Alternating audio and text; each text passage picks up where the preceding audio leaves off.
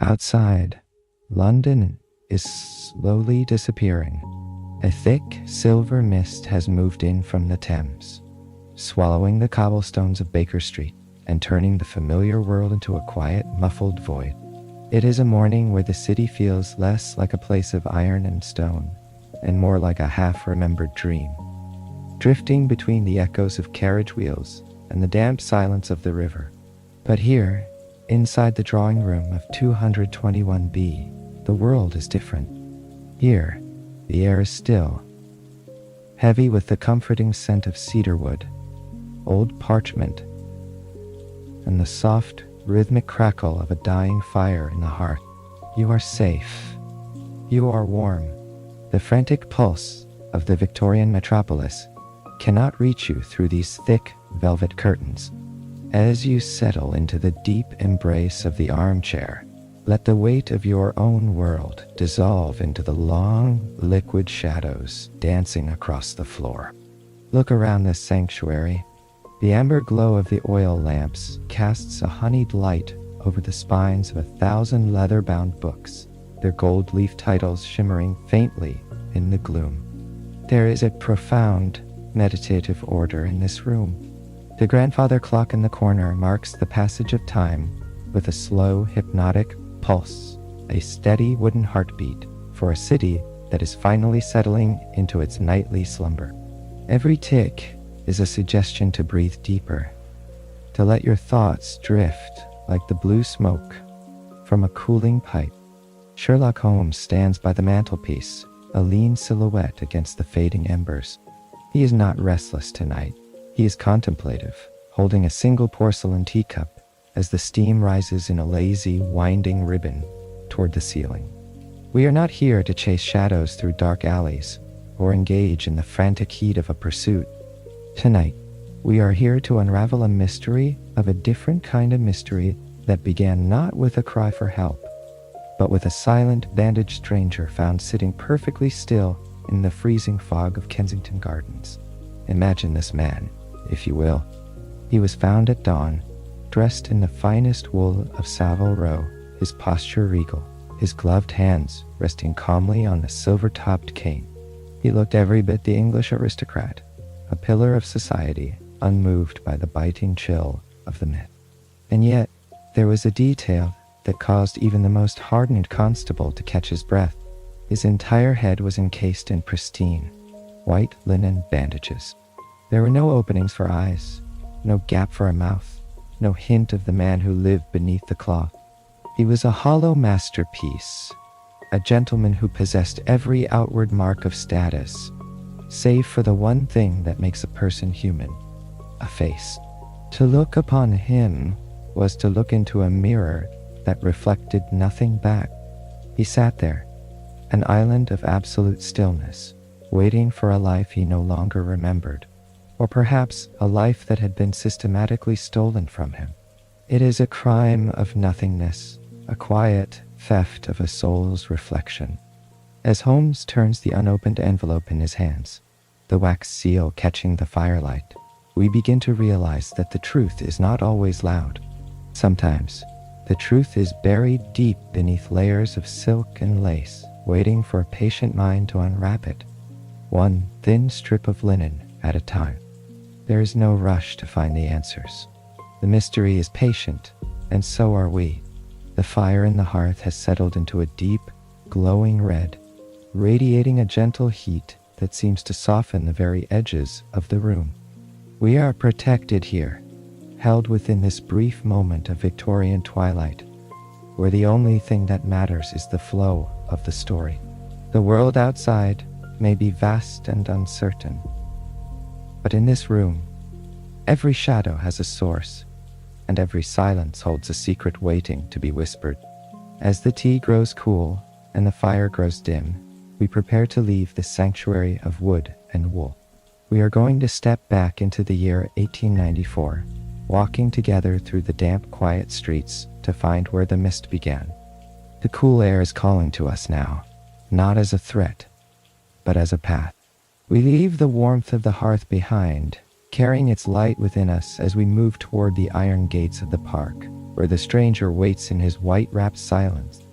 The journey is long, but the path is soft, and the fog is waiting to show us the way. The air in Kensington Gardens this early October morning is not merely a weather condition.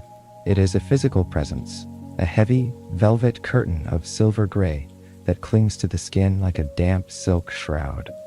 It carries within it the deep, melancholic soul of the Thames, a complex scent composed of ancient river mud, salt spray, carried in from the distant estuary, and the sharp, nostalgic tang of coal smoke rising from a million waking hearths across the vast expanse of London. As we move through the towering iron gates of the park, the metal feels cold, biting, and slick under the palm, covered in a fine layer of condensation from a night that seems to have no intention of lifting its veil. The city outside those gates has become a muffled echo, a memory of stone and iron that feels miles away, even though it is just beyond the mist. We walk deeper into this gray sanctuary, following a winding gravel path that seems to lead toward the very edge of the map. The gravel beneath our boots gives a rhythmic, muted crunch, scritch, hush, scritch, hush, a sound that is swallowed almost instantly by the fog, leaving us in a world where distances are impossible to judge and shadows take on a life of their own. The ancient trees rise like skeletal fingers from the gloom, their autumn leaves damp, heavy, and silent, no longer capable of rustling in the stagnant, motionless air. There is a profound stillness here, a quality of silence that feels as though the world is holding its breath, waiting for a secret to be whispered. And there, emerging from the haze, like a figure carved from the very fabric of the mist itself, sits the stranger. He is perched upon a weather-beaten wooden bench, his back perfectly straight, his posture possessing a quiet, natural dignity that commands an instinctive respect even in this desolate, ghostly setting. He does not look like a man lost in the throes of despair, nor does he resemble the many vagrants who seek shelter in the park's shadows. On the contrary, he looks as though he is waiting for a carriage that is merely a few moments delayed, or perhaps contemplating a deep, internal horizon that only he can see. Let us pause here in the absolute stillness and observe the sheer, jarring contradiction of his presence. He is dressed in a bespoke overcoat of heavy charcoal wool, the kind of garment that speaks of inherited wealth and a life lived in the upper echelons of London's high society. You can almost feel the coarse, expensive grain of the fabric under your fingertips, the sheer weight of the high-quality silk lining, and the exquisite perfection of the hand-stitched lapels. It is a coat meant for the bright lights of the opera, for the bustling lobbies of the Savoy, or for the quiet corridors of a gentleman's club in Pall Mall. Yet, above that dark, sophisticated wool, the scene shifts into something clinical, stark, and deeply unsettling. His entire head is a cocoon of white. The bandages are wrapped with a precision that is nothing short of mathematical, each layer overlapping the last with a chilling, surgical neatness. They are clean, startlingly bright against the gray, melancholic backdrop of the park, and wound so tightly that not a single feature of his face is visible. There are no indentations where his eyes should be, no breath-darkened patch where a mouth might exist. It is a smooth, featureless mask of linen, a monument to anonymity. The contrast is hypnotic. The warm, organic human texture of the Savile wool meeting the cold, sterile, geometric silence of the medical gauze. It creates a silhouette that is both elegant and profoundly wrong, a masterpiece of tailoring topped with a void. His hands, encased in soft, dove-gray suede gloves, rest motionless upon the silver handle of an ebony cane. They do not tremble from the biting October chill that seeps through the mist. They do not shift in impatience or fatigue. As the minutes stretch on, the silence around him seems to thicken, becoming a physical weight that anchors him to the bench. We move closer, our own breath blooming in the air like pale, fleeting ghosts, until we are standing directly before him, close enough to hear the soft, shallow rhythm of his respiration. When a hand is finally extended to touch his shoulder, a gentle gesture meant to rouse him from his trance, or perhaps to offer the comfort of human contact, there is a revelation that sends a quiet, cold shiver through the soul. He does not flinch. He does not startle, or pull away, or even acknowledge the intrusion. There is no reflexive tensing of the muscles, no subtle shift in the cadence of his breathing, no sign that the nerves beneath that expensive wool are connected to the world of reactions. He remains a vessel of absolute, terrifying stillness. It is as if the man beneath the bandages has been disconnected from the electricity of life, leaving behind only an impeccably dressed shell, a human being who has become an island of silence in the middle of a screaming city. He is not asleep, nor is he dead. He is simply absent. He is a person who has been uncoupled from his own existence. Take a long, deep breath now, and let that stillness settle into your own bones. Feel the cool, heavy dampness of the fog on your skin, but notice how it cannot disturb your peace. You are an observer in a dream, protected by the distance of time. In the far distance, the great city is beginning to stir, but its sounds are filtered through layers of cotton wool mist. You can hear the faint, rhythmic clatter of a single hansom cab's wheels hitting a loose cobblestone.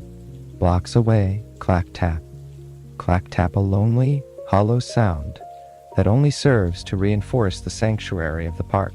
Somewhere in the trees, a hidden bird gives a single, liquid call, and the heavy, slow respiration of London begins to rise, a deep breathing of steam. Iron, an ancient stone that signals the inevitable start of the day.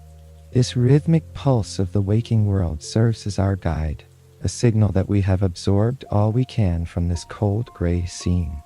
The dampness has done its work, grounding us in the reality of the physical world, and now the mind craves the warmth of logic and the safety of a closed door. We turn slowly away from the silent, white-wrapped figure on the bench, leaving him to the care of the waiting constables and the drifting fog. We begin the long, quiet walk back toward the iron gates, leaving the mystery of the park behind. The path seems clearer now as we retreat. We are moving away from the cold, unpredictable mist of Kensington and back toward the sanctuary of the known. We are returning to the golden honeyed light of Baker Street, where the tea is still warm in the pot and the fire is waiting to be stoked into a welcoming glow. It is time to take these observations, the texture of the wool, the starkness of the gauze, the unnatural hollow stillness of the man, and lay them out upon the table of reason. We are moving from the world of feeling into the world of thinking, where every thread will be examined and every silence will be questioned. The door to 221B is waiting, and behind it, the intellectual deconstruction of the gentleman without a face is about to begin. Let the warmth of the room greet you as we step back inside. The transition from the biting, damp air of the park back into the sanctuary of 221B Baker Street feels like a slow, warm immersion into a familiar dream. As the heavy oak door closes behind us, the world of unpredictable mists, spectral figures, and ghostly strangers is instantly replaced by the solid, reassuring presence of our shared home. The hallway is dimly lit, the floorboards offering a subtle, friendly creak under our weight, while the scent of floor wax and rain-dampened wool lingers in the air like a fading memory. But as we ascend the 17 steps to our drawing room, the atmosphere shifts profoundly. The air here is thick, golden, and heavily perfumed with the rich, earthy aroma of fresh tobacco and the faint, citrusy trail of a cooling pot of tea. It is an environment of profound intellectual safety, a place where the chaos of the London streets is distilled into pure, manageable thought. Sherlock Holmes stands by the large fogged window, his lean frame a sharp, dark silhouette against the pale gray light of the street. He does not turn as we enter. Instead, he remains motionless, his gaze fixed on the swirling vapors outside, as if he can read the very intent of the city within them. The only movement is the thin, lazy ribbon of blue smoke rising from his pipe, curling toward the ceiling in a slow, hypnotic spiral that catches the dim light of the afternoon. The room is quiet, save for the rhythmic, comforting crackle of the fire which has been stoked into a steady, glowing amber. This is the heart of our world, a sanctuary where every object has its place and every shadow is known. On the mahogany table, laid out with a precision that borders on the ritualistic, Holmes finally turns, his movements fluid and deliberate, and beckons us toward the light of the lamp. He picks up a single heavy gold cufflink, holding it so the firelight catches the intricate engraving.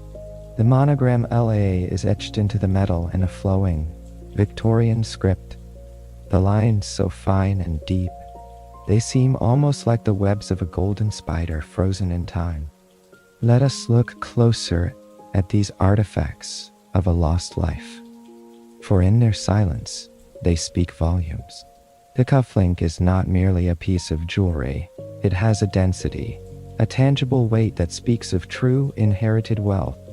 This is the kind of gold that has been passed down through generations, worn smooth by the pulses of men who never had to worry about the cost of their time. It feels heavy in the mind's eye, a cold, solid anchor to a reality that our stranger has forgotten. Beside it lies the stranger's coat, draped over the back of a chair. Holmes runs a long, slender finger along the lapel, tracing the specific, sharp cut that was the hallmark of a master tailor in Savile Row, circa 1889. The stitching is nearly invisible to the untrained eye, a silent testament to countless hours of labor in a dimly lit workshop, where every needle pull was a rhythmic prayer for perfection. The fabric is a heavy, midnight charcoal wool, woven with such density that it could turn back the fiercest North Sea wind. It is a garment designed for a man of permanence, a man whose place in the world was intended to be as solid as the stone of Westminster. But as Holmes examines the inner lining, his expression shifts from curiosity to a cold, clinical focus. He points to the way the shoulders have been reinforced with subtle, internal padding, not to enhance the wearer's physique, but to accommodate a slight, unnatural stoop that the coat was clearly engineered to hide. This was not a suit bought off a rack. It was a costume, designed with the same meticulous care as a stage prop, intended to transform the wearer into a specific, predetermined silhouette. Every seam was a lie, and every thread was a layer of a new identity. Then, there are the bandages themselves. A few strips of the clean white linen lie on the table, looking stark and ghostly against the dark polished wood. Holmes picks one up, feeling the texture between his thumb and forefinger. He notes the lack of any medicinal staining, no iodine, no carbolic, no trace of the fluids that accompany a healing wound. The linen is dry, crisp, and smells faintly of nothing but starch and the cold ozone of the park. The realization begins to settle over the room like a layer of soft evening dust. These bandages were never meant to facilitate healing. They were not applied by a surgeon seeking to repair a broken face or a shattered jaw. They were applied as a structural necessity, a scaffolding for a transformation. They were the protective shell of a chrysalis, designed to hold a new artificial identity in place, while the man beneath was being remade in the dark. The gentleman without a face was not a victim of a tragic accident. He was a project in mid-process, a living sculpture whose features were being suppressed to fit the LAA monogram on his sleeves. Someone was not just hiding him. They were sculpting him into a ghost. The weight of this revelation is heavy, but it is cushioned by the rhythmic, soothing environment of the room. Holmes returns to his armchair, the leather creaking softly under his weight, a familiar, homely sound that anchors us to the present. He begins to tap the bowl of his pipe against the heel of his boot, a steady wooden tink-tink-tink that syncs with the slow heartbeat of the room. Beside him, Watson has taken up his pen, and the sound of it scratching methodically across the rough grain of his journal provides a comforting, white noise backdrop to our thoughts. Scratch, pause, scratch. It is the sound of order being imposed upon chaos, of a story being captured and tamed. We stay in this state of quiet contemplation for a long time, the firelight dimming as the coals settle deeper into the grate. The amber glow of the oil lamps seems to pull the walls in closer, making the sanctuary of 221B feel even more impenetrable against the world outside. Here, we are safe. Here, the truth is merely a matter of time and patience. We allow our minds to drift on the scent of tobacco and the steady hypnotic pulse of the clock, letting the implications of the scaffolding sink in without any sense of urgency. The mystery is no longer a threat. It is a puzzle to be solved in the warmth of the fire. Eventually, the silence is broken by the soft, distant chime of the grandfather clock striking the hour. Holmes rises, his energy renewed but still contained, his movements fluid and quiet. He reaches for his heavy ulster and his hat, his actions signaling the end of our period of reflection. The intellectual deconstruction is complete. It is now time for the physical confirmation. We descend the stairs once more, leaving the warmth of the hearth behind, and step back out into the muffled, rain-scented world of the London morning.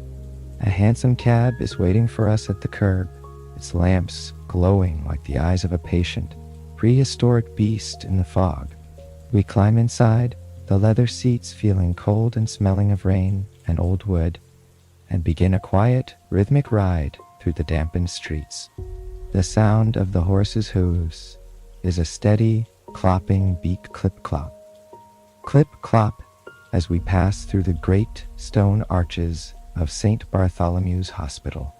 We are moving toward the ward of whispers, leaving the safety of our drawing room to confront the man who is being remade in the shadows.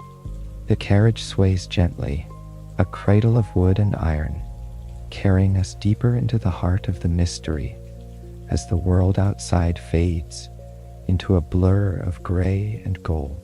The air within the deep subterranean archives of St. Bartholomew's is fundamentally different from the shifting mists of the park or the tobacco-stained warmth of Baker Street.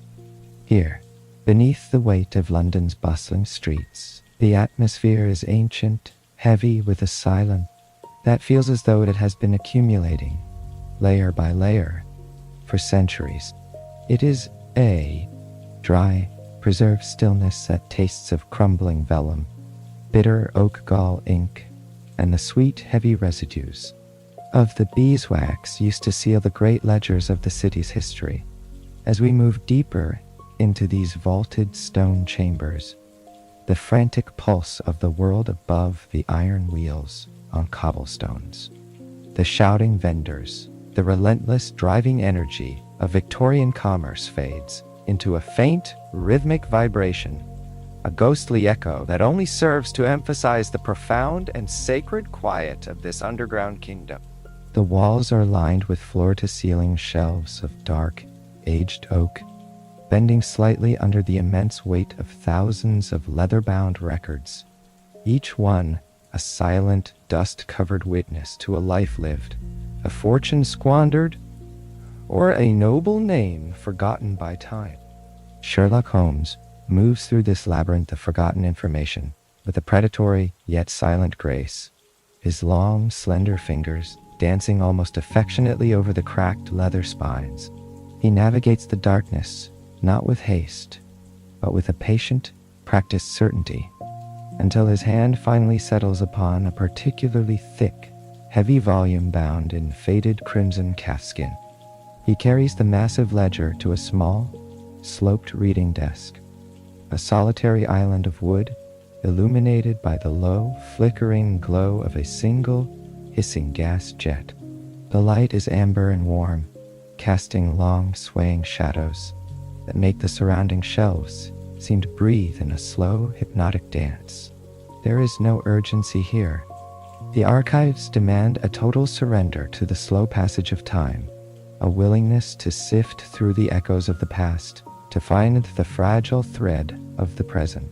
As Holmes opens the great ledger, the sound is a soft, dry crackle, the brittle voice of old paper, waking from a long, undisturbed sleep. He begins to trace the lineage of the Alsbrook family, his finger moving with a steady, unhurried rhythm down the elaborate genealogical trees that branch out across the pages like the veins of a dying leaf.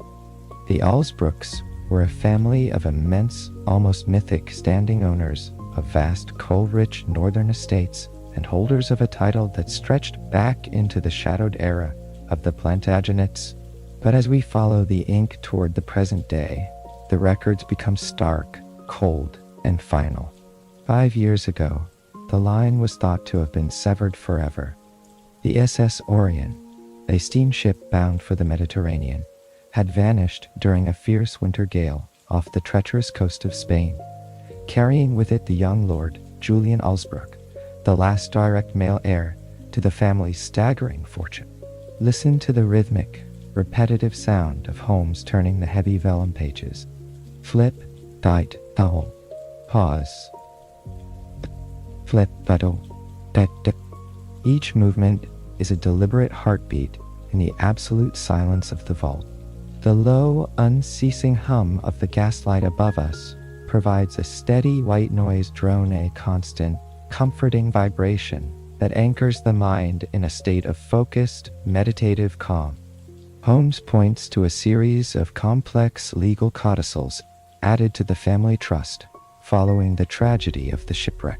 Because the body of Lord Julian was never recovered from the deep, the vast inheritance, the crumbling manors, the profitable coal mines, the ancestral jewels kept in velvet-lined vaults remains in a state of legal suspension. It is overseen by his cold and distant sister, Lady Clara, until such a time as death can be proven with absolute certainty, or an heir can be miraculously produced from the shadows. The realization begins to surface through the dust and the amber light, as cold and clear as a mountain stream in winter. This is no mere case of medical curiosity or a man lost in the fog. Someone is using the bandaged stranger as a biological vault, a living, breathing vessel designed specifically to hold a stolen inheritance. If the stranger can be remade to match the physical descriptions of the lost Lord Julian, if his features can be sculpted by a surgeon's hand, and his voice trained to mimic the arrogant cadence of a nobleman, then the Alsbrook fortune is no longer suspended. It is ripe for the taking. The gentleman without a face was being prepared to step into a dead man's shoes, his own identity systematically erased so that a more profitable one could be written over his skin. He was to be the key to a vault worth millions, a puppet fashioned from flesh, bone, and linen. The weight of this cold aristocratic greed feels immense, yet it is held at bay by the soothing, protective atmosphere of the archive. We are safe among these records. The crime is merely a piece of history being played out in the present, and we are the silent, untouchable observers of its unraveling. Holmes closes the ledger, the heavy, muffled thud of the cover resonating through the stone chamber like a period at the end of a very long sentence. He stands for a moment, his eyes closed, absorbing the weight of the data we have gathered, while the scent of beeswax and old dust settles around us like a warm shroud, protecting us from the chill of the truth. We begin our slow, rhythmic ascent from the depths, leaving the hushed, sacred silence of the archives behind as we return to the clinical corridors of the hospital's upper floors. The transition is soft and gradual. The dim subterranean light gives way to the pale filtered sunshine of the high ward windows. We are moving with purpose now, but the pace remains luxuriously slow, a rhythmic walk through the high-ceilinged hallways, where the air is cool and smells faintly of lavender, carbolic, and clean stone. The world here is one of hushed whispers and soft-soled shoes, a place where time is measured not by hours, but by the steady changing of bandages and the slow, persistent drip of a hallway clock. We reach the end of the long gallery, arriving at a door that stands apart from the rest, shrouded in its own particular silence. It is made of heavy, dark oak, its grain twisted and ancient, serving as a physical barrier between the world of the living and the world of the remade. Behind this door, in Ward 14, the secret we have spent the morning chasing is waiting in the deep shadows. We pause for a heartbeat, listening to the muffled, peaceful stillness of the hospital. Before the latch is lifted with a quiet, metallic click, the door swings open on silent, well-oiled hinges, inviting us into the dimness where the stranger sits, unaware that his true name is about to be called out from the darkness. The heavy, dark oak door to Ward 14 closes behind us with a soft, final thud, a sound that seems to seal out the frantic, driving energy of the London streets. We find ourselves standing at the threshold of a long, echoing corridor within the stone heart of St. Hart, Bartholomew's, a space where the ceiling arches high overhead like the ancient, dusty ribcage of a great stone beast. The air here is noticeably cool, carrying the sharp, clinical scent of carbolic acid layered delicately over the softer, floral ghost of lavender water and the faint, metallic tang of cold iron bed frames. It is a place of absolute, suspended time, a sanctuary where the world of clocks and appointments has no power. Every footstep we take on the polished linoleum floor resonates upward in the silence, a rhythmic, hollow sound that mimics the slow, steady beat of a resting heart thump, hush, thump, hush. The light is filtered through tall, frosted windows, casting a pale, milky glow that softens every hard edge and turns the white privacy curtains into shimmering, translucent veils of mist that sway ever so slightly in the unseen currents of the room. In the center of this quiet gallery, bathed in a pool of singular pale light, sits the stranger. He is propped up against a mountain of stiff white linen pillows, his figure as motionless as a marble statue forgotten in a cathedral. There is no tremor in his hands, no movement in his shoulders. Sherlock Holmes approaches with a grace that is almost reverent, his eyes fixed on the linen cocoon that still hides the man's identity from the world. There is no urgency in Holmes's movements. He moves with the unhurried precision of a man who knows that time is his ally. He reaches into the pocket of his dark coat and retrieves a pair of small silver surgical scissors. The subtle, metallic clink as he opens them is the only sharp sound in the vast room. A brief, bright note in a symphony of whispers that seems to inhabit every shadowed corner of the ward. What follows is a process so slow, so deliberate, that it feels like a sacred ritual performed in the deep, quiet spaces of a dream. Holmes begins at the base of the neck, the silver blade sliding beneath the first layer of gauze with a faint, crisp snip. Then comes the sound of the fabric unspooling, a long, continuous and rhythmic hiss of linen against linen. Unwind. Breathe. Snip. Unwind. Breathe. The sound becomes a mantra, a repetitive cycle of friction and release that pulls the mind deeper and deeper into a state of focused relaxation. We watch as each layer of bandage falls away, revealing another beneath it, equally white, equally anonymous. The fabric is light and airy, dancing in the dim light like fallen petals before settling silently on the floor in a soft, growing heap of white. We are mesmerized by the rhythmic movement of Holmes's hands, a steady, hypnotic dance that slowly peels away the silence of the last few weeks, strip by white strip. As the final, innermost layer is reached, The air in the ward seems to grow even stiller, as if the very stones of the building are holding their breath in anticipation. Holmes pauses for a long moment, his hand steady and calm, waiting for the perfect moment of absolute, undisturbed quiet. With a final gentle pull, the last strip of linen falls away, and the man's face is revealed at last to the cool, frosted light of the hospital ward. But as we look upon him, the sense of relief we expected is replaced by a strange, cold wonder that settles in the marrow of our bones. The face beneath the bandages is beautiful, yet it is a beauty that feels profoundly, mathematically wrong. It is a face too symmetrical to be natural. Every line of the jaw and every curve of the cheekbone possessing a perfection that defies the messy, organic reality of human biology. The skin is pale and impossibly smooth, like polished Carrara marble, showing no signs of the small imperfections, the tiny scars, or the sun-kissed freckles that tell the silent story of a life lived in the open air.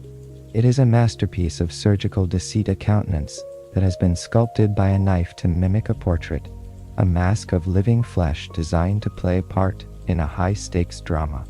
It is not the face of a man who has grown into himself. It is the face of a ghost, meticulously rendered in 3 dimensions. The stranger finally opens his eyes.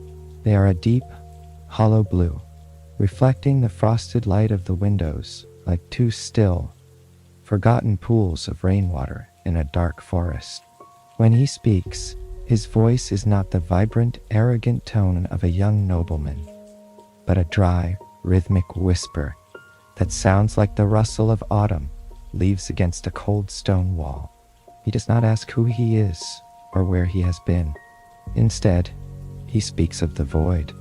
He describes the sensation of waking up every morning and forgetting the very shape of his own soul. He tells us how it feels to reach for a memory of a mother's face or the comforting smell of a childhood home, only to find a wall of cold white linen in his mind. His words are slow, spaced out by long, peaceful silences that allow the listener to drift along the current of his melancholy. He is a man floating in the center of a vast, featureless ocean, with no stars to guide him back to the shore of his own identity. This whispered confession acts as a bridge, leading us away from the clinical, solid reality of the hospital ward and toward the fluid, dark architecture of his subconscious mind. As his voice grows softer and softer, fading into the steady, distant rhythm of the corridor's echoes, we feel ourselves descending with him into the depths.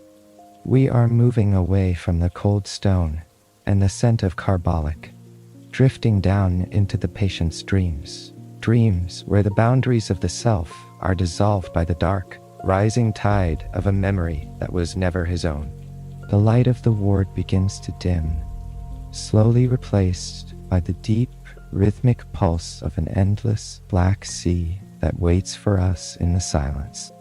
The transition into the stranger's inner world is as seamless, as inevitable, and as quiet as a small wooden boat gliding from the mouth of a long, silent river into the vast midnight embrace of the open, limitless sea. We are no longer confined by the stone walls of St. Bartholomew's. Those sterile white boundaries do not simply vanish, but rather they dissolve, melting away like grains of salt in deep, dark water, until the sharp, clinical scent of carbolic is entirely replaced by the overwhelming primal aroma of the deep ocean. It is a complex scent, a mixture of cold brine, ancient, drifting kelp, and the damp, heavy, sodden scent of weathered oak planks that have spent a century absorbing the secrets of the tides. The primary visual is one of endless, liquid darkness. We are no longer standing upon a hard, predictable hospital floor, but drifting upon a vast, obsidian horizon where the sky and the water meet in a seamless, blurred line of shadow. The only movement is the rhythmic, heavy lapping of black water against a wooden hull lap. Wash, lap, wash. The sound is deep, sonorous, and profoundly steady, a low-frequency heartbeat that resonates through the very marrow of our bones, anchoring our consciousness to the gentle, swaying motion of the unseen waves. In this dreamscape of water and silver moonlight, the man who was once Thomas begins to describe a process that is far more terrifying and yet far more quiet than the mere forgetting of a name or a face. He speaks of a systematic, cold bleaching of the human mind. He tells us how, in the long, silent, and suffocating hours spent under those heavy, starch-scented bandages, he could feel his true memories being slowly and deliberately pulled away from him by a cold, relentless, and indifferent tide. He tries to hold onto the images of his past, but they slip through his fingers like wet sand. He remembers the smell of laundry soap strong, lie heavy, and clean, and the rough, honest, and familiar texture of a wooden washtub in a small northern village. He remembers the way the damp cold of a Yorkshire morning felt against his skin, and the specific whistling sound of a kettle reaching its boil on a coal-fired stove. This was the life of a simple man, a man who worked with his hands, who knew the weight of a shovel and the rhythm of the seasons. But as we listen to his dry, whispered narrative, he describes those precious, grounding memories turning pale and transparent. He watches as the vibrant colors of his childhood, the green of the moors, the gray of the slate roofs, the red of a winter hearth, begin to fade into a uniform, ghostly white. They lose their emotional weight, their gravity, until they are nothing more than white sea foam, dissolving into the dark, hungry deep. "They didn't just take my sight," he whispers, and the sound of his voice is almost indistinguishable from the soft, rhythmic hiss of the sea spray against the wood. "They took the very ground beneath my feet. They took the air I used to breathe." He describes how, as his own past was drained away drop by drop, a new, artificial history was poured into the resulting void, filling the empty spaces of his mind with the cold, heavy architecture of a life that was never his own. In the absolute, ringing silence of his confinement, he began to see vivid, crystalline images of a life he had never lived. He saw a great, ivy-covered manor standing defiantly against the wind in the rugged Scottish Highlands, a place of drafty stone corridors, flickering orange torches, and ancient, towering portraits of stern men in kilts and velvet.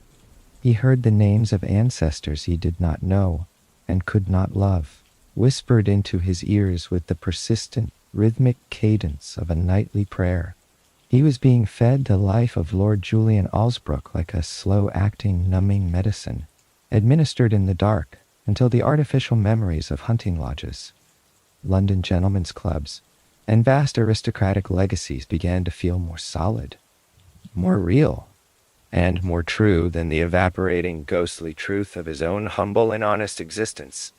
He remembers the feel of a silk cravat he never tied, and the taste of a vintage port he never drank, while the memory of his mother's face becomes a blurred smudge of gray light on the horizon. The realization settles over us now with the immense, crushing weight of the deep ocean. This is not simple amnesia, born of trauma or a blow to the head. Amnesia is a blank, clean page, a silence where a story used to be. This is something far more sinister, a calculated and mechanical violation. He is a victim of identity, overwriting. The conspirators did not merely want him to forget the man he was.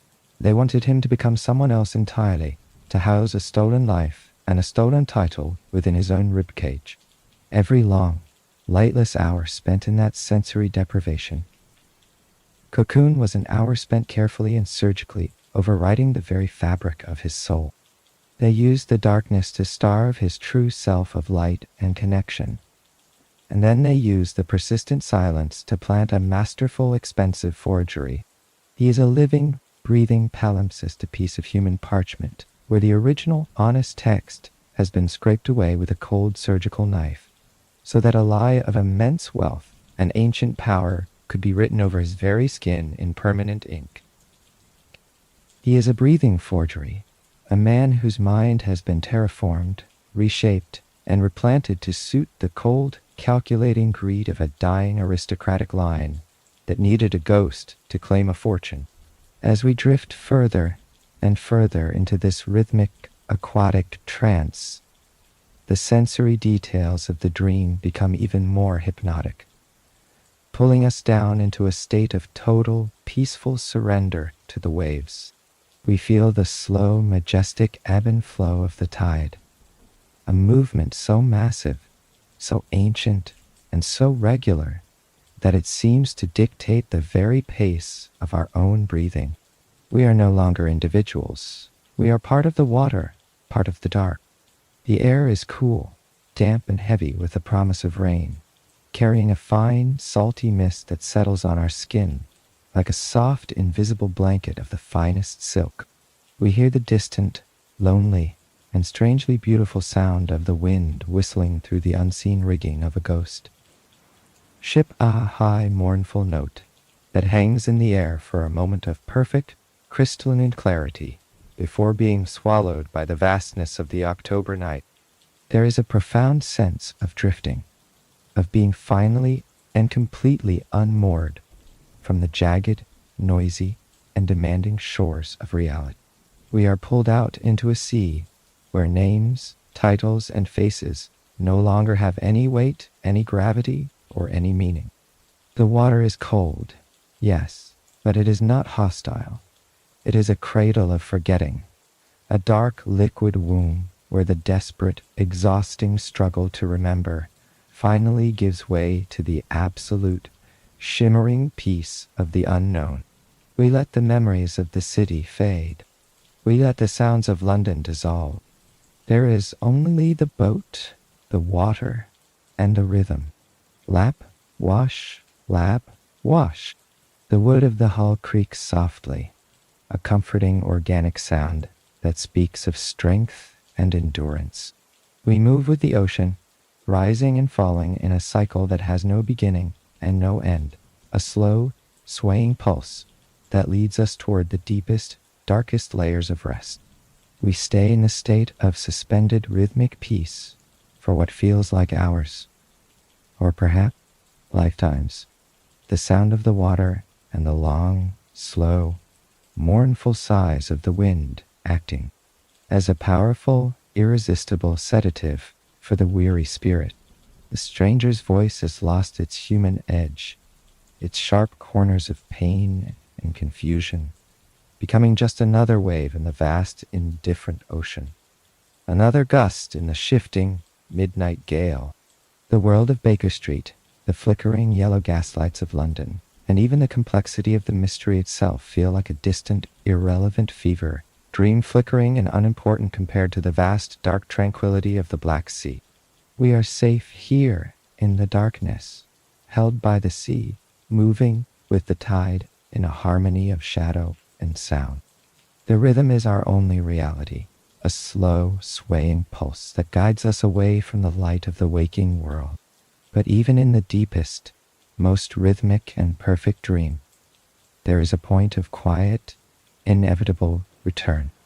Far across the obsidian water, where the sky meets the sea in a blur of indigo, a single sharp and steady light begins to burn. It is not the soft, diffused glow of a distant, cooling moon, but a piercing, analytical light, the cold, gray, and unwavering gaze of Sherlock Holmes. His eyes are not focused on the waves or the broken, beautiful man in the bed. They are fixing upon a specific point on the distant, invisible horizon, looking past the dream, past the ocean, and back toward the solid, uncompromising shore of truth. The dark water begins to recede, the sound of the lapping waves turning slowly, layer by layer, back into the muffled, distant clatter of a hansom cab's iron wheels on a London street. The dream of the sea is being replaced by the hard, cold, and necessary reality of the city. Sherlock Holmes stands up from his chair, his shadow stretching long, thin, and resolute across the white hospital floor like a pointing finger. He is no longer a silent observer of a tragedy. He is a hunter of the truth. His gaze is directed firmly toward the west, toward the aristocratic coldness of Belgravia, where the architects of this nightmare reside in their towering houses of white stone and heavy, expensive silk. The peace of the dream is over, but the safety of his presence remains. The hunt for the hands that held the scalpel and the minds that conceived the theft of a human soul is about to begin. We rise from the dark water, carrying the salt and the silence of the sea back into the waking world, ready to follow the cold, steady light of reason into the very heart of the aristocratic shadow. The city is waiting, and we move toward it with a slow, rhythmic certainty, the echo of the waves still pulsing in our blood as we step back into the light of the morning. The transition from the clinical, carbolic-scented silence of the hospital to the drawing room of Lady Clara Alsbrook is like moving slowly and deliberately from a cold, gray dream into a meticulously crafted cage of gilded velvet and shimmering, heavy silk. As we step across the threshold of this towering Belgravia mansion, the very quality of the air changes instantly, losing its sharp outdoor freshness and becoming a heavy, suffocating atmosphere that is perfumed with the thick, cloying scent of dried lilies, expensive French beeswax, and the faint, bitter, lingering trail of Earl Grey tea. This is a place of absolute, bone-deep coldness, not the physical, biting chill of the Kensington mist or the dampness of the Thames, but a profound, spiritual frost that seems to emanate from the very silk-lined walls and the polished, dark surfaces of the ancestral furniture. The drawing room is a masterpiece of Victorian restraint and calculated elegance, filled with silver trinkets that catch the dim, filtered afternoon light like cold metallic eyes, and draped in heavy velvet curtains of a deep bruised plum shade that seem to swallow any lingering hope of warmth or natural light. Lady Clara sits by the expansive, arched window, a figure composed entirely of porcelain, iron, and ancient, unyielding pride. She is draped in morning silk of the darkest, most absolute black of fabric, so heavy and so fine that it does not rustle or whisper, even when she moves, as if the very silk is afraid to disturb the oppressive, sacred silence of the room. She does not rise to greet us, for she belongs to a world where others rise for her without question. Instead, she remains perfectly still, her pale, slender hands resting upon a massive silver tea service with a grace that is both hauntingly elegant and deeply predatory. Sherlock Holmes stands opposite her, his tall, lean frame reflected and multiplied in the many gilded mirrors that line the walls, creating an endless, flickering gallery of dark silhouettes that seem to watch us from every shadowed angle. There is no shouting here, no frantic accusations, and no sudden movements to startle the senses. This is a battle of whispers, a slow-motion collision of two formidable intellects, conducted with the lethal, frozen politeness that only the British aristocracy can truly master in the dim light of a rainy afternoon. The only consistent, grounding sound in the room is the rhythmic, mechanical process of tea being poured. Lady Clara lifts the heavy silver pot with a steady, unwavering hand, and we listen to the slow, continuous, and melodic stream of hot liquid hitting the bottom of the delicate bone china cup. Pour, settle, stop, da. The sound is hypnotic and domestic, a rhythmic liquid pulse that fills the long, heavy gaps between their whispered, measured words. Port, it, settle, stop, dot to wall. It is a sound meant to suggest a peaceful, ordinary afternoon. Yet in the heart of this cold, silent room, it feels like the steady ticking of a water clock, counting down toward an inevitable and devastating revelation. Holmes watches the steam rise from his cup in a lazy, winding ribbon of gray, his eyes never leaving Lady Clara's face, which remains as immobile and as unreadable as a marble mask. He speaks of the scaffolding we observed in the silence of Baker Street, of the surgical precision used to remake a man's very features, and of the systematic, cruel bleaching of a human soul in the dark.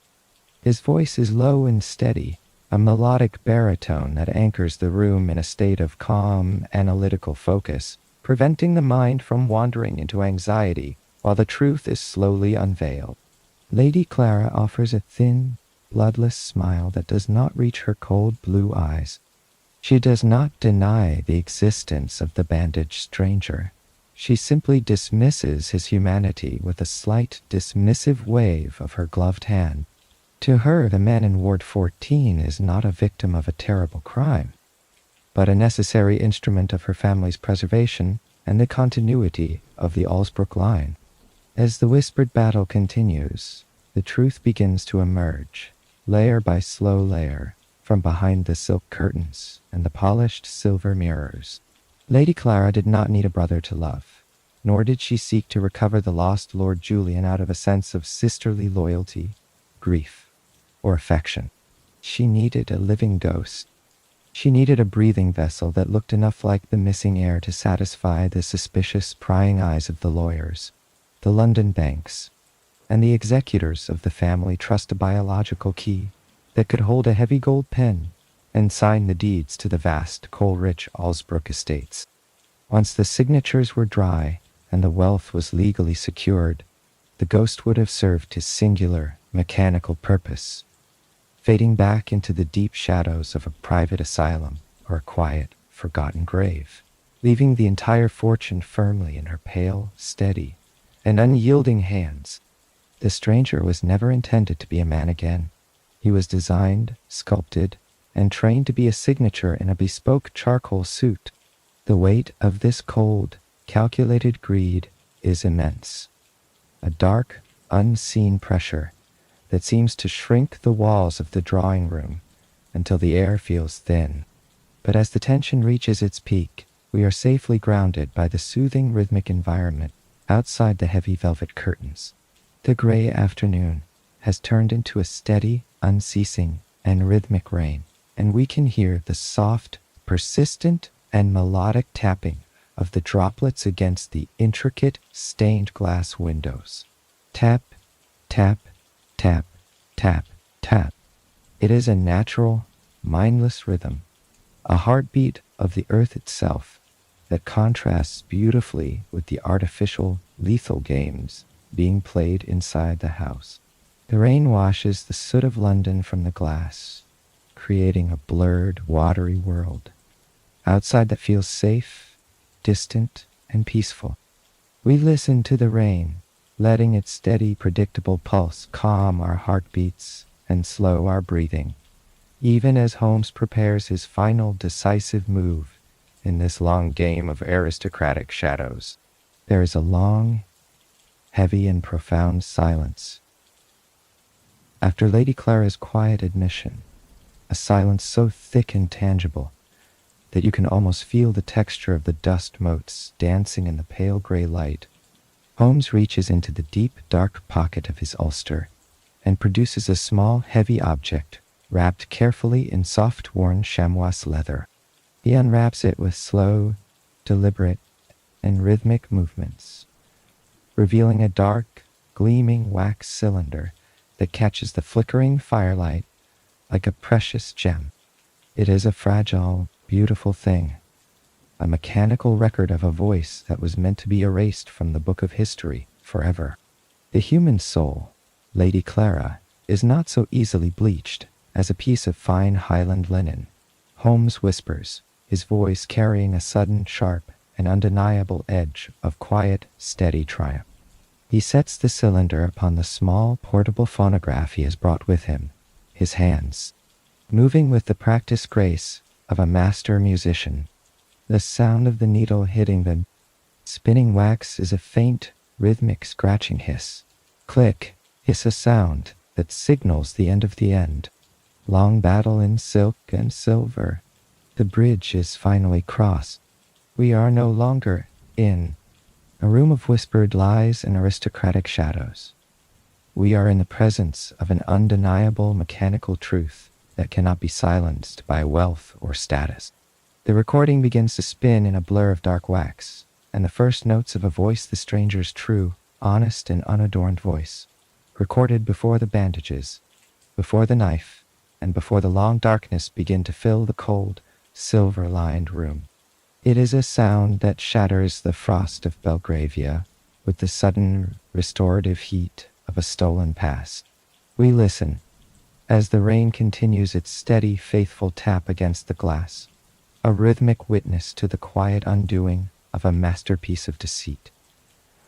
While the voice on the wax cylinder tells the truth that was meant to be buried at the bottom of the sea, the atmosphere in the dim, heavily shadowed study of 221B Baker Street has shifted once more, moving away from the cold, silk-lined tension of Belgravia and returning to the solid, predictable, and deeply comforting world of mechanical reason and silent contemplation.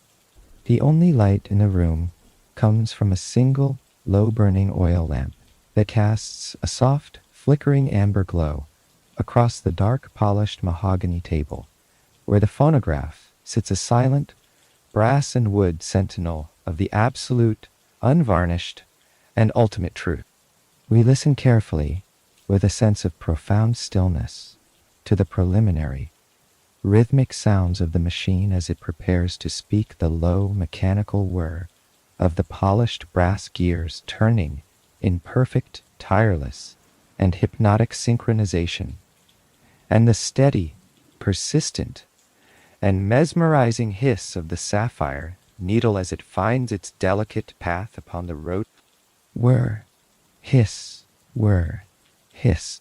It is a dark, domestic music, a repetitive and deeply comforting drone that acts as a natural, sonic anchor for the wandering mind, drawing our focus slowly and gently away from the chaotic world outside and into the microscopic, swirling, and peaceful grooves of the recorded past.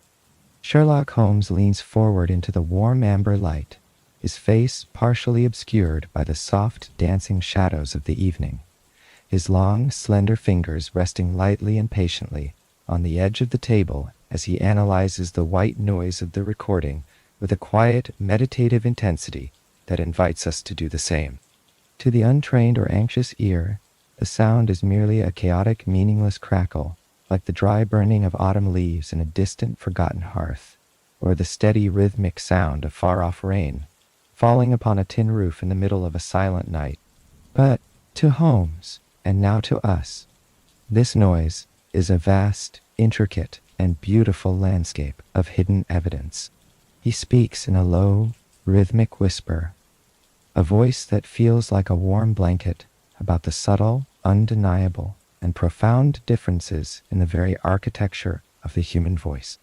He explains the way a true lord's laugh carries a certain hollow, echoing resonance of unearned confidence, a sound shaped by centuries of commanding high-ceilinged stone rooms and inheriting ancestral, heavy, and oppressive silences.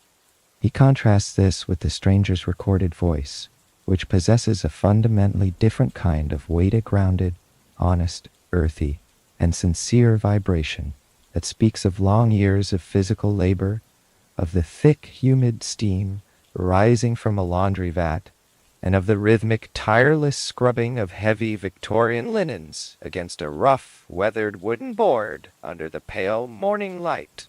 As the dark cylinder continues its steady, unwavering, and peaceful spin, the sound of the crackle becomes a profound, hypnotic sleep, a steady, predictable pulse that naturally slows our breathing and calms the entire nervous system into a state of total, blissful surrender. We listen through the static, finding the hidden, resonant frequencies of a man's true and original identity, drifting deeper into the story as the layers of deceit are peeled away. The reveal emerges not as a sudden, jarring shock to the senses, but as a gentle, inevitable, and restorative return of the truth to its rightful place. The man in Ward 14 was never Lord Julian Alsbrook. He was never a creature of Scottish hunting lodges, misty Highland manors, or exclusive London gentlemen's clubs filled with tobacco smoke and secrets. His true name, whispered clearly and firmly by the wax and the sapphire needle, is Thomas Blythe. He was a simple, honest, and hard-working laundryman from the north, a man chosen by Lady Clara's cold and calculating agents not for his bloodline, his heritage, or his status, but for the specific, rare, and tragic resonance of his vocal cords, and the unfortunate soft malleability of his gentle, unassuming features. He was a man whose very existence was intended to be traded like a commodity for a vast fortune. His soul destined to be sacrificed on the silent, cold altar of aristocratic greed and desperate, calculated ambition. We find a strange, profound, and soul-deep peace in this revelation, a feeling of closure that settles over us like a soft mist. The mystery is no longer a jagged, uncomfortable, or threatening shape in the dark. It is a story that has finally found its rightful, quiet, and meaningful ending. The repetitive, rhythmic crackle of the record player pop, hiss, click, pop fills the room, like the steady, silent falling of midnight snow outside the window, creating a warm, protective cocoon of sound that guards us from the complexities and the jarring noises of the waking world. We feel a sense of justice that is quiet, understated, and deeply satisfying, a restoration of a man's fundamental right to his own name, his own history, and his own humble, precious memories. Thomas Blythe is no longer a gentleman without a face, a lost ghost, wandering the sterile, echoing halls of a hospital. He is a man of history, a man of substance, whose voice has been preserved in dark wax as a permanent, undeniable, and sacred testament to his own reality. The mechanical sound of the phonograph begins to fade slowly, very slowly, as the cylinder reaches its natural and graceful end, the rhythmic whirring of the brass gears slowing down in a gentle, decelerating pulse that perfectly mimics the onset of a deep, dreamless, and restorative sleep. This serves as our final quiet bridge toward the full restoration of a man's true name and his rightful place in the world. We are no longer chasing shadows through the thick London fog or deconstructing the complex, layered lies of the powerful and the cold.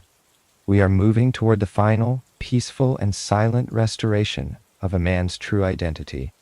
The long journey is nearly complete, and the weight of the mystery has been lifted from our shoulders.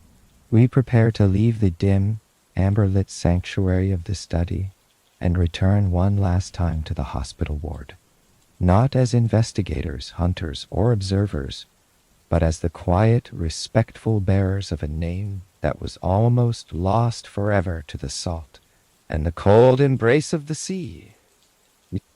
The journey toward Thomas Blythe's final peace is as steady, as certain, and as inevitable as the slow, majestic setting of the sun, and we move toward it with a slow, rhythmic grace, the soothing, crackling sound of the wax cylinder, still echoing softly and peacefully in the quiet, undisturbed corners of our minds as we...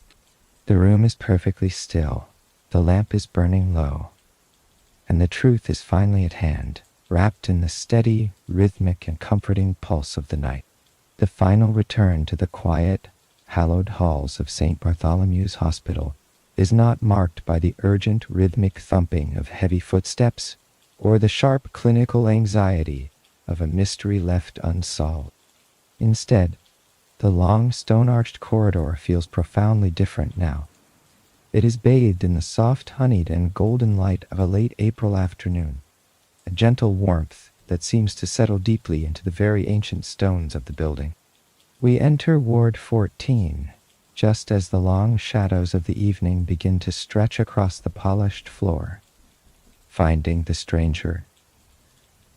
No, finding Thomas Blythe sitting upright in his bed. He is no longer a motionless statue of white linen and forgotten dreams. He is a man of solid flesh, honest blood, and fully recovered memory. A small, simple hand mirror with a worn silver backing rests on the bedside table, and with a steady, unhurried hand, Thomas reaches for it. He lifts the cool glass and looks, for the very first time in many months, into his own true reflection. He does not see the sculpted, perfectly symmetrical mask of a lord. He does not see the artificial, mathematical perfection that Lady Clara's cold surgeons intended to pass off as an aristocratic heritage. Instead, Thomas looks past the fading, healing scars and the marble-smooth skin to find the only thing the knife could never reach. His own eyes. They are no longer the hollow, blue, and frightened voids of a ghost. They are the tired, honest, and profoundly weary eyes of a true survivor. They carry within them the quiet, enduring weight of the northern moors, the reflection of 1,000 morning mists, and the humble, persistent strength of a man who has known the intense heat of the laundry vats and the biting cold of the winter wind. In that small circle of silvered glass, the masterpiece of deceit is finally and completely shattered by the simple, undeniable, and beautiful truth of a human soul recognizing itself once more. The air in the quiet ward seems to grow lighter, almost buoyant, as if a great invisible pressure has been released from the room and the spirits of those within it. Thomas moves with a slow, rhythmic grace as he begins the symbolic, peaceful shedding of his borrowed life. On the wooden chair beside him lies the heavy charcoal velvet coat of a nobleman, a dark garment of status, power, and suffocating, complicated lies, with a faint, peaceful smile that speaks of absolute certainty. He pushes the velvet aside, letting it slide silently and weightlessly to the floor, like a dark, forgotten skin. In its place, he reaches for a plain, thick wool, sweater coarse, cream-colored, and smelling of simple, honest soap, and the fresh earth of his home. As he pulls the soft wool over his shoulders, we can almost feel the physical, soothing relief of the transition, the acceptance of a simple, quiet life. Is not a defeat of the spirit. It is a long-awaited homecoming. The velvet was a cold cage of silk, but the wool is a sanctuary of warmth, honesty, and reality. He speaks then, his voice no longer a dry, papery whisper of a man lost in the fog, but a soft, melodic, and resonant hum that vibrates with the clarity of a church bell in the still evening air. He looks at Sherlock Holmes, then looks out toward the fading, violet light of the London sky, and shares the revelation that has finally and firmly anchored his drifting heart. "Freedom," he says, the word drifting through the room like a soft prayer, is not the heavy, exhausting burden of being someone great, or someone powerful, or someone remembered in the dusty pages of history books. Freedom is the quiet, holy, and simple grace of being someone real. It is a truth that settles over us like a soft, warm blanket, a realization that dissolves the very last lingering traces of the Belgravia nightmare. To be Thomas Blythe, a man of simple means and a known name, is a far greater and more lasting treasure than to be a hollow, scripted Lord Julian, trapped in a cold palace built entirely of stolen memories and silver lies. As he speaks these words, we feel a profound, heavy weight being lifted from our own weary shoulders. The weight of the chase, the weight of the lies, and the weight of the long, foggy nights in the city. It is replaced by a wonderful drifting lightness, a rhythmic sensation of floating upon a calm, warm current that leads us directly toward the welcoming shores of a deep sleep. The rhythm of the hospital ward, the distant, soft closing of heavy doors, the hushed, comforting voices of the night nurses, and the steady, ancient ticking of a grandfather clock in the hall becomes a final lullaby, a repetitive and predictable pulse that signals the end of all our labors. Thomas leans back deeply into his soft pillows, his eyes closing, not in the terrifying darkness of a forced amnesia, but in the peaceful, earned, and heavy exhaustion of a man who finally and completely knows exactly where he belongs in the world. Our final vision of this long journey is the London skyline at dusk, seen through the tall, arched windows of the hospital. The city is no longer a place of jagged shadows, hidden knives, and cold conspiracies. It is a sprawling, peaceful landscape of indigo, lavender, and gold. The gaslights are flickering to life along the dark curves of the Thames, appearing like fallen stars against the deepening velvety blue of the twilight. The great, silent dome of St. Paul's stands in protective vigil over the millions of souls settling into their own warm beds. The mist is rising again from the river, but it is no longer a shroud of mystery. It is a soft, rhythmic breathing of the earth itself, a veil of silver that gently tucks the city in for the night.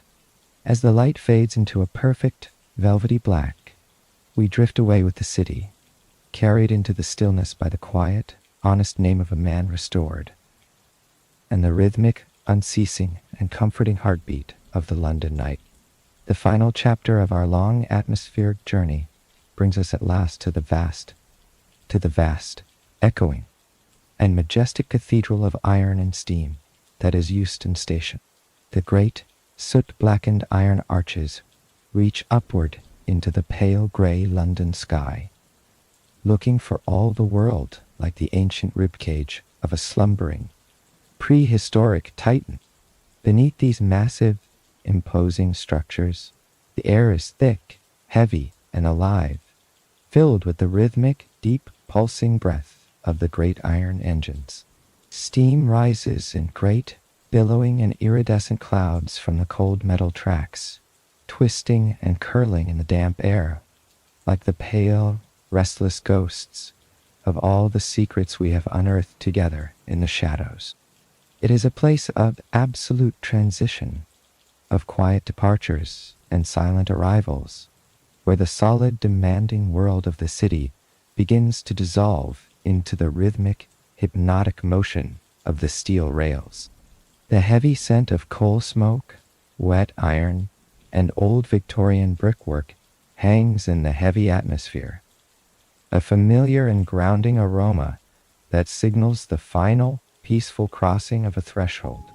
On the long platform, bathed in a soft, diffused and milky light that filters through the soot-stained glass of the high roof, stands Thomas Blythe. He is no longer a puzzle to be solved, no longer a fragmented collection of surgical scars and stolen, aristocratic memories. As he boards the northbound train, he moves with the quiet, steady, and unshakable confidence of a man who has reclaimed the very center of his being. He finds a solitary seat by the window, his plain, honest wool sweater, providing a stark and beautiful contrast to the fading, hollow grandeur of the station. As the whistle blows a long, mournful, and melodic note that echoes through the iron rafters like a distant memory, the train begins its slow, rhythmic movement. We watch as Thomas disappears into the golden, shimmering haze of the late afternoon sun, his figure growing smaller and smaller until he is nothing more than a peaceful part of the vast green landscape of the English countryside. He is returning to the north, back to the moors and the rolling mist, no longer a lord, but a man of simple, unvarnished truth. Standing alone on the platform, his long dark coat caught in a swirling, ghostly steam, Sherlock Holmes watches the train until the very last wisp of white smoke has vanished into the horizon. With a slow, deliberate, and rhythmic movement. He reaches into his pocket and retrieves his small leather-bound casebook.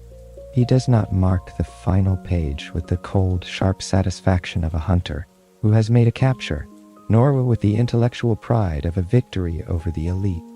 Instead, he closes the book with a soft, final, and resonant thud that echoes in the quiet space between the iron pillars.